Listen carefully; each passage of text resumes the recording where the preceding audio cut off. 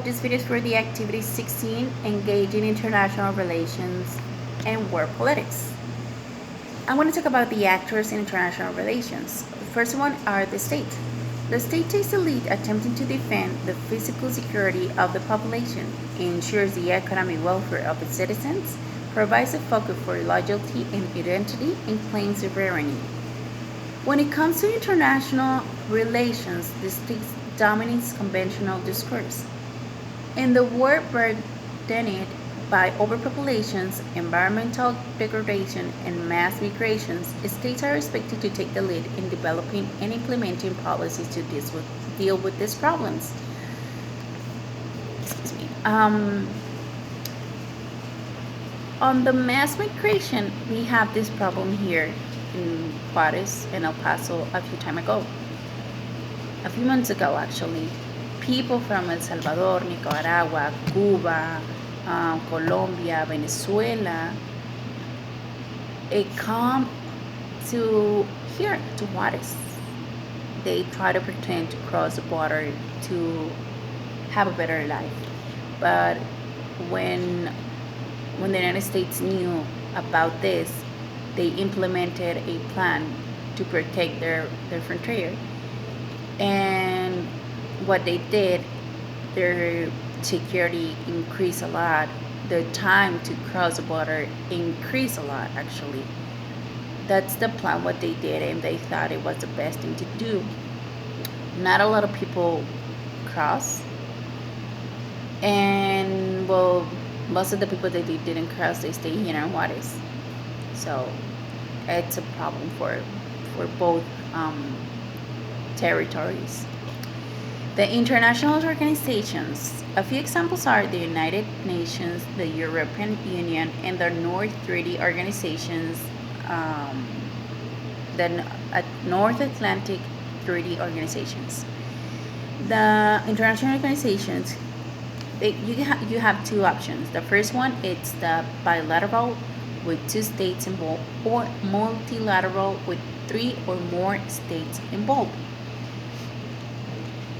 And a dramatic expansion of international organizations and non-governmental organizations occurred in the 20th century, ranging from military alliances and the security regime to United Nations related organizations concerned not just with security, but also with economic or social issues. The influence international organizations may have in particular functional areas such as financial loans, or meditation efforts. Their key role may come to be purveyors of global norms, basic values that over time states come to take seriously. The non-governmental organizations, these are divided in four different groups. They have four different categories, and they are the sector economic organizations, transnational non-governmental organizations, humanitarian non-governmental organizations, and the last one is the non-state army groups. What I well, there's one that I really like about it. It's the humanitarian non-governmental organization, and I'm going to explain you why.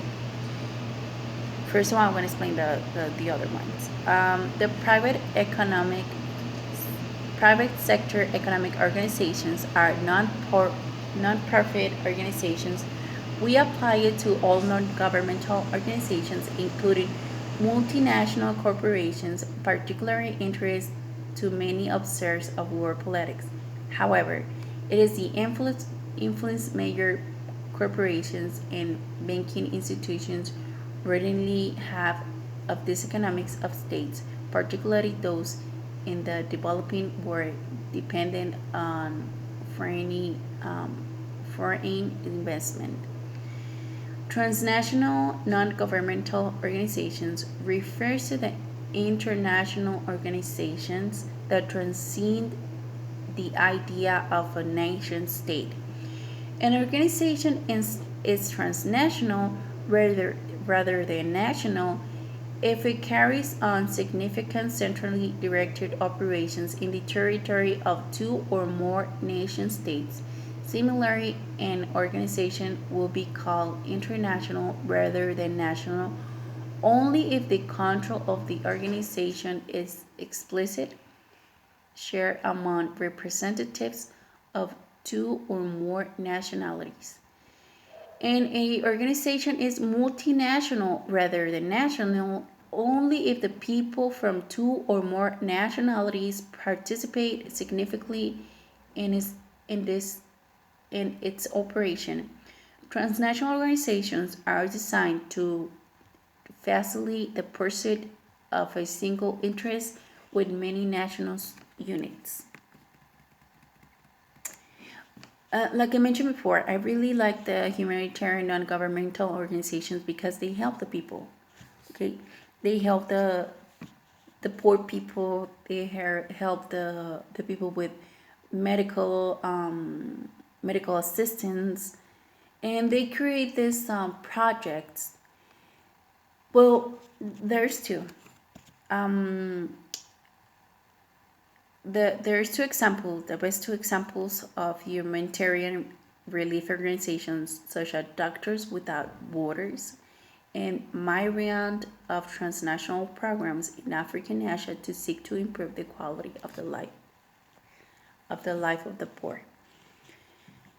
Well, the doctors, what they basically do, it's they are doctors around the world, and they actually travel around the world to the places where they have the really poor people, and they provide medical assistance. They provide immunizations, they provide medications. If they have any injury, they help them to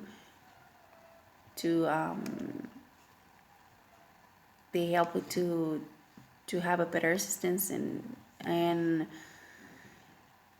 this what I heard what they do, it's I don't know why, but I see a lot of people, poor people that have this really disease, or this sometimes they have tumors in the face, or they have really critical medical issues. So what they do is try to what they do is they look for someone around the world to help this person by a surgery, or they look for a treatment for this person, and they send it to this, like if someone has a tumor in the face and it needs to be removed, what they do it's they do everything what they need to do, like the papers and passport, visa, everything what they need to do to send it to take the attention, and they can be removed. And well, if it's the United States, they send it in an airplane, and it goes to the United States, and they offer them food, they offer them medical systems.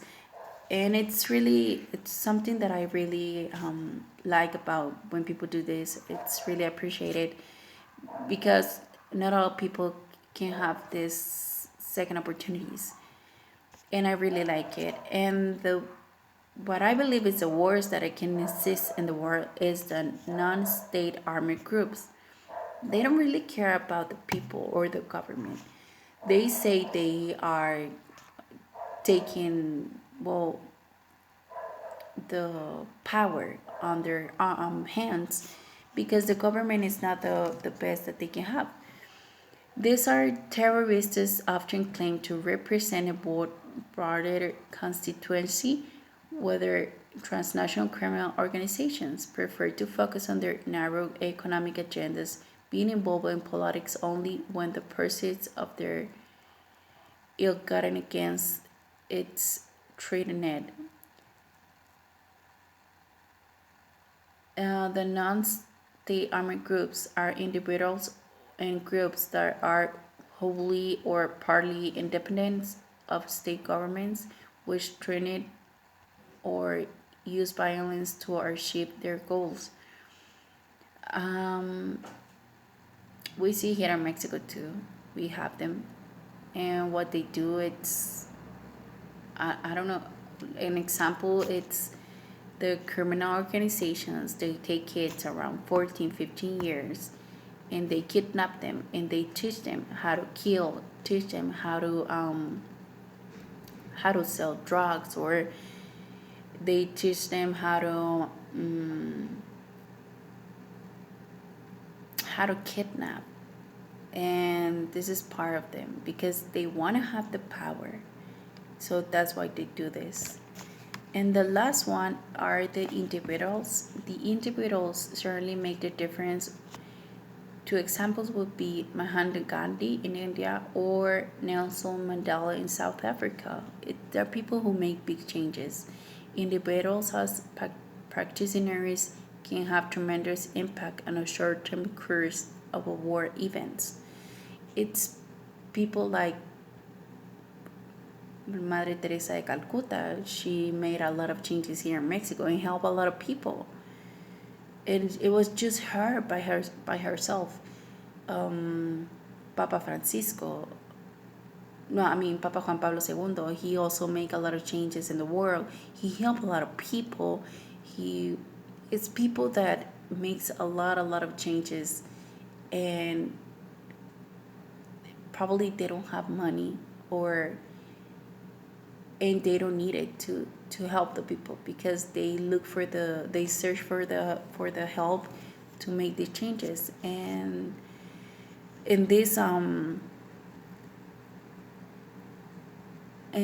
these categories on the actors on the international relation, I think they're really important, the individuals. And on the non-governmental organizations, the humanitarian non-governmental organizations are two things that I really like on the on the actors on international relations. Thank you.